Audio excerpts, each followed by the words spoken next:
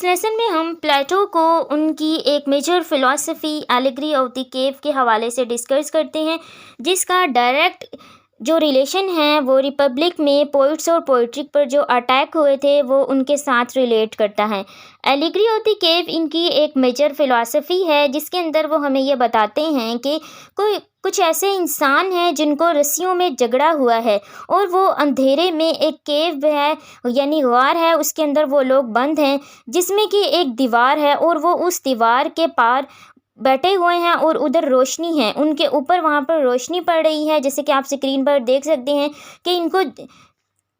रस्सियों से जकड़ा हुआ है और वो सारे एक साथ लाइन में खड़े हुए हैं और वो उनके ऊपर जो रोशनी है, इसकी रोशनी की वजह से उनका जो अक्स है वो सामने वाली दीवार जो है उस पर पड़ रहा है, जिसको कि वो देख रही हैं, और वो शेडो वो देख रही हैं उसको वो रियलिटी समझ रही हैं कि जो रियलिटी है वो यही है कि जो कुछ लोग हैं वो ऐसे डांस कर रहे हैं और सामने उनको वो दिखाई दे रहे हैं जो कि उनसे बड़े हैं। लेकिन रियलिटी क्या है? रियलिटी यहाँ पर वो है कि जो लोग बंधे हुए हैं दीवार की दूसरी तरफ, उनकी जो असल है कि वो उनको किसने वहाँ पर बंद किया हुआ है, और जो रोशनी वहाँ पड़ रही है वो रोशनी उनका आँख सामने दीवार पर दिखाई दे रही है। इसमें से एक शख्स जो है वो अपनी रस्सियाँ तुड़वाने में कामयाब हो जाता है, और जब वो वहाँ से बाहर निकलता है तो वो देखता है कि दुनिया कितनी खूबसूरत है। वो वहाँ से निकल के पहाड़ों को देखता है, समुंदर को देखता है, चिड़ियों को देखता है, किस तरह के जो वो पानी है वो खुद को लहरों में समेट कर आगे जा रहा है, कितने रंग बिरंगे फूल हैं, अनवाऊ किस्म के यहाँ पर फल हैं, और नेचर कितनी खूबसूरत है। हर वो चीज़ जो कि नेचर में है, आसमान की तरफ वो देखता है, आसमान के रंग को देखता है, फूलों के रंग को देखता है, चिड़ियाँ देखता है, इस तरह के डिफरेंट बर्ड्स हो गए। इन सब चीज़ों को वो देखकर जब वो यूनिवर्स को एक्सप्लोर करके वापस अंदर जाता है तो जो लोग वहाँ पर दोबारा बंधे हुए थे उनको बताता है कि उसने बाहर जाकर दुनिया देखी है जो कि यहाँ से बहुत खूबसूरत है।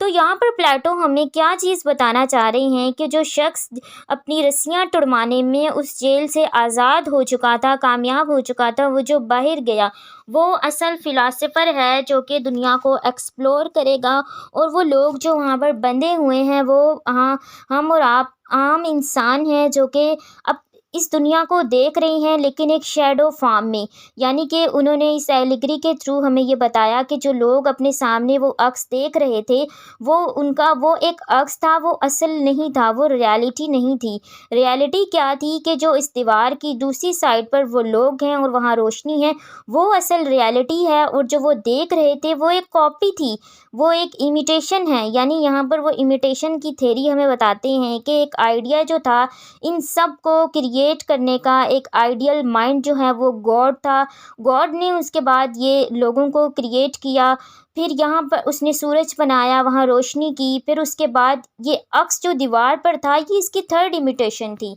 ये थोड़ा सा कॉम्प्लेक्स कॉन्सेप्ट है, इसको आप इजीली इस तरह समझिए कि एक इंसान जब खुद को सामने अक्स की फॉर्म में देखता है तो वो थर्ड इमिटेशन होती है, यानी वो थर्ड कॉपी है रियलिटी की। असल रियलिटी वो है जो कि खुदा के दिमाग में होती है, गॉड के माइंड में होती है। सेकंड रियलिटी वो होती है जहाँ पर हम एग्जिस्ट कर रहे हैं। उसके बाद थर्ड रियलिटी वो होती है जो हम अपने सामने चीज़ें देख रही होती हैं। इसी चीज़ को वो आइडियल माइंड या आइडियल स्टेट भी कहते हैं कि हम जो हैं सिर्फ़ और सिर्फ इमिटेट करते हैं, चीज़ों को इमिटेशन की फॉर्म में देखते हैं, और वो शख्स जो इस चीज़ को पहचान जाता है कि हम इमिटेट कर रहे हैं या देख रहे हैं, रियलिटी वो है कि जो खुदा के दिमाग में होती है और जहाँ पर हम खुद एग्जिस्ट हैं, यहाँ पर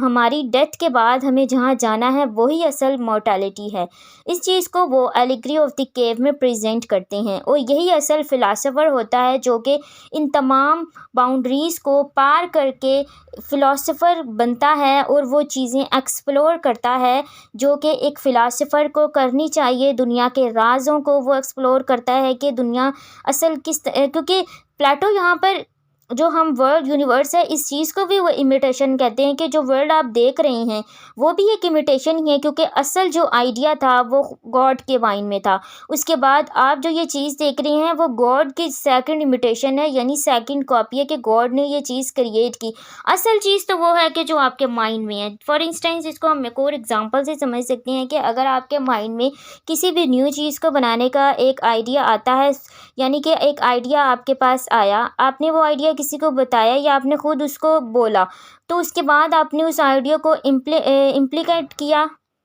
उसको फिर आप एग्जिस्टेंस फॉर्म में लेकर आए, तो ये आपकी थर्ड इमिटेशन होगी। फर्स्ट रियलिटी वो थी जो कि आपके माइंड में आई। सेम इसी तरह वो एलिगरी ऑफ द केव में ये बताते हैं कि ये यूनिवर्स और इसकी हर चीज़ का जो मेजर आइडिया था वो गॉड के माइंड में आया। उसके बाद गॉड ने यूनिवर्स क्रिएट की जिसके अंदर के इंसान, डिफरेंट चीज़ें हैं, पहाड़ हैं,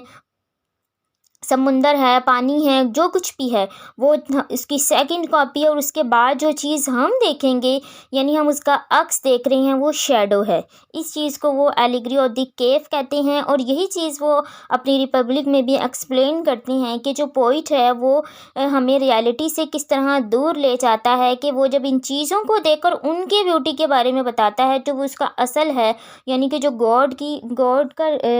आइडिया है उस चीज़ को वो निगलेक्ट कर देता है। इसी चीज़ को वो शैडो भी कहते हैं कि हम सिर्फ और सिर्फ जो कुछ भी देख रहे हैं वो शैडो है, कोई रियलिटी नहीं है। ये प्लेटो के अकॉर्डिंग है, प्लेटो इस चीज़ को एक्सप्रेस करते हैं। ज़रूरी नहीं है कि प्लेटो का जो कॉन्सेप्ट है वो बिल्कुल ठीक हो, कि जो प्लेटो कहना चाह रहे वो जस्ट अपनी आइडियल स्टेट के हवाले से बता रहे थे कि जो वो एक आइडियल स्टेट बनाना चाहते थे कि जिसके अंदर हर चीज़ परफेक्ट हो। लेकिन कोई भी चीज़ परफेक्ट नहीं होती, जैसे कि हम जानते हैं हर चीज़ के अंदर कोई भी नुक्स ज़रूर होता है, कोई फॉल्ट होता है। ये सब कहने की बातें होती हैं, हम इनको रियलिटी में नहीं बना सकते। एक आइडियल स्टेट हम लिख सकते हैं, हम कह सकते हैं, लेकिन हम एक ऐसी स्टेट बिल्कुल नहीं बना सकते जो कि एक आइडियल हो, जिसके अंदर किसी भी किस्म की कोई ना खामी ना हो।